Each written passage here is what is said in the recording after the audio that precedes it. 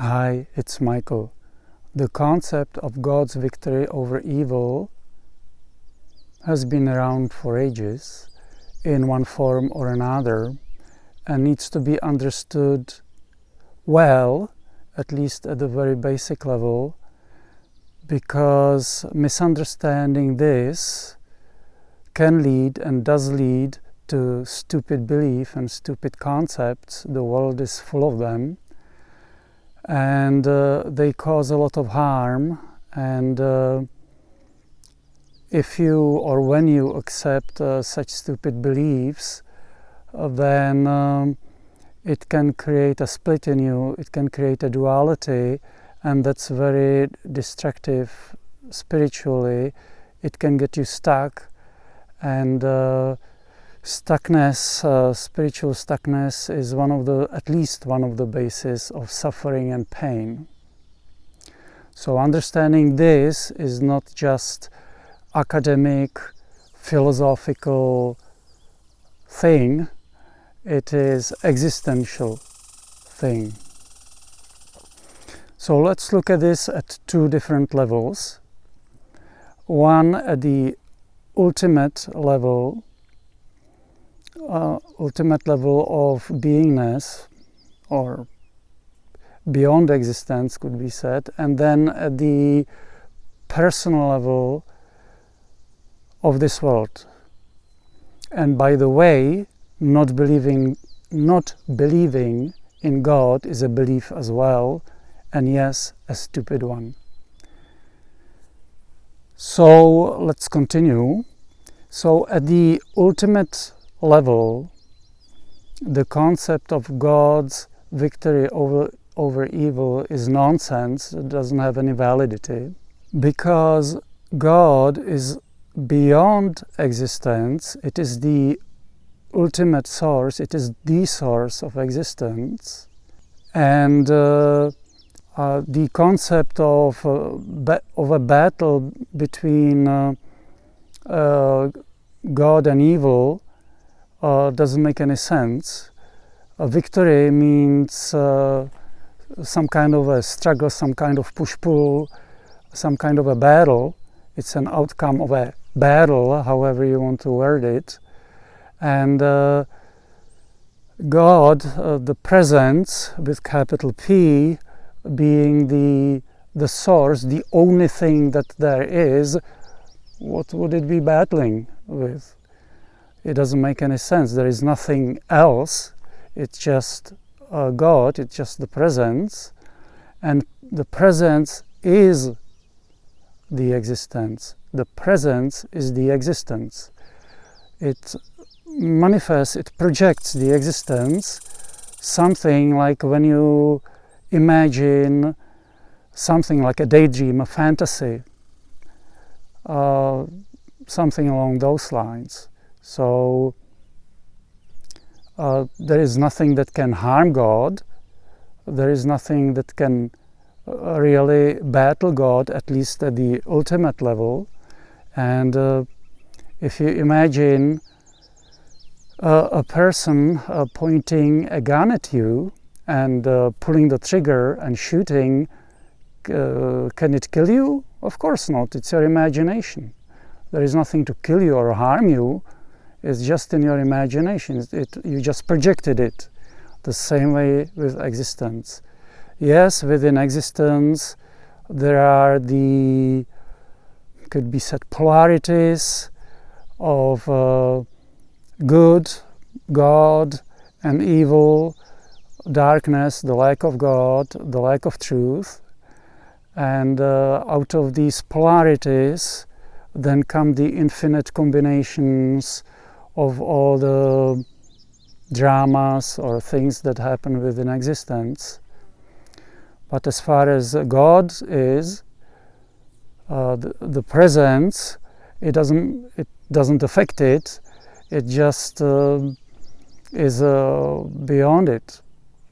Now, at the personal level,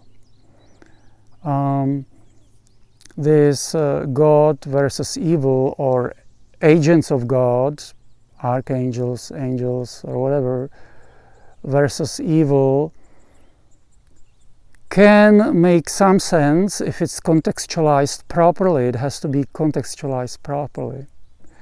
And that is, God and agents of God who represent divinity are way more powerful than any agents of darkness, way more powerful. There is no match in this. At the same time,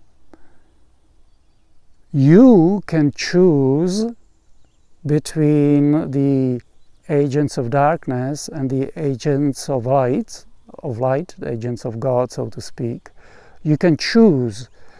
So you yourself personally can potentially choose the negative and get bogged down and get into trouble, get into suffering, pain, accidents, diseases, and so on. It's not that God would lose, that is an impossibility. God is invincible. It is invincible because it is beyond the existence, it manifests the existence, and it is the ultimate power. So it's not that God would be defeated or could be defeated within this world, for example. It is that if you choose other things than gods or agents of God, then you start facing agents of darkness, and your energy system, your nervous system, your spiritual system can get bogged down. You can fall spiritually. It has happened to plenty enough people, including so-called Prophet Muhammad and Adolf Hitler and many other that started positive and then fell down, then crashed. So it's not that God would be defeated, it cannot be. It's that a person can choose negative, either directly or indirectly. And also, within existence, every manifested entity has a certain amount of energy, whatever it is. God only knows what it is. At the same time, it means that the entity there is only so much the entity can handle. There is only so much the entity has authority to handle, to cope with. So if an entity, even an angel or archangel, would take on too much and would start doing things that are not congruent with God, take on too much, pile on too much, then it could affect its energy level, and its energy level could come down.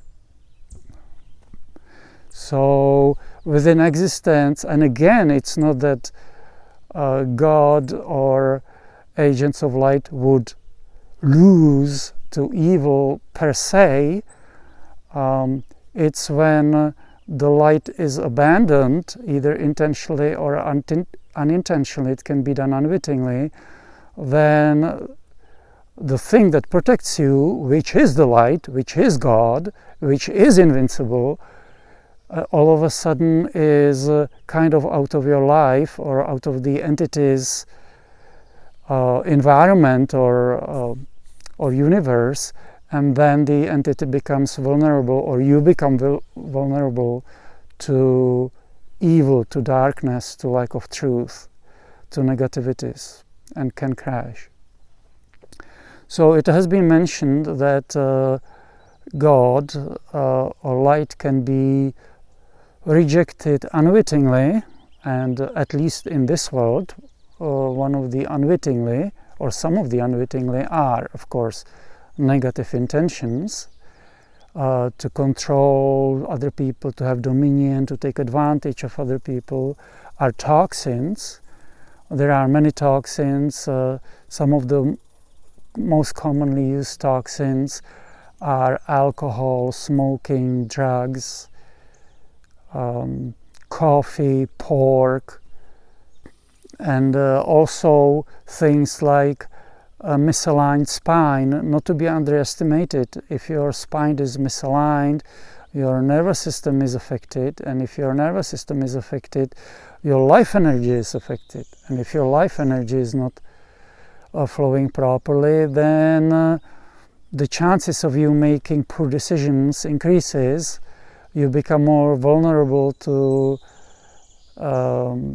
negative energies because you don't have as much self-defenses. So to address at least those things, of course, chiropractic helps, Neuro-Emotional Technique helps, NET, Neuro-Emotional Technique. NET helps tremendously because if you use it with the intention of spiritually evolving, of clearing your issues, then it helps detect all these blocks within your system and helps to clear them. And when they are cleared, your energy flows much more strongly, and you're much stronger and much more intelligent. You align with the light, with God, much better. And of course, prayers and positive affirmation. Praying has nothing to do with religions, even though religions use prayers. Prayings are positive affirmations in which you ideally ask the higher power, however you want to call it, for help in protecting you, in guiding you, so you are safe and so on. Of course, you have to help it by walking your talk. If you ask for help of being protected, being safe, and being healthy, and then you drink alcohol, then you're at least partially negating your prayer, because alcohol is such a strong, negative, toxic energy. All right? So that's it for this talk.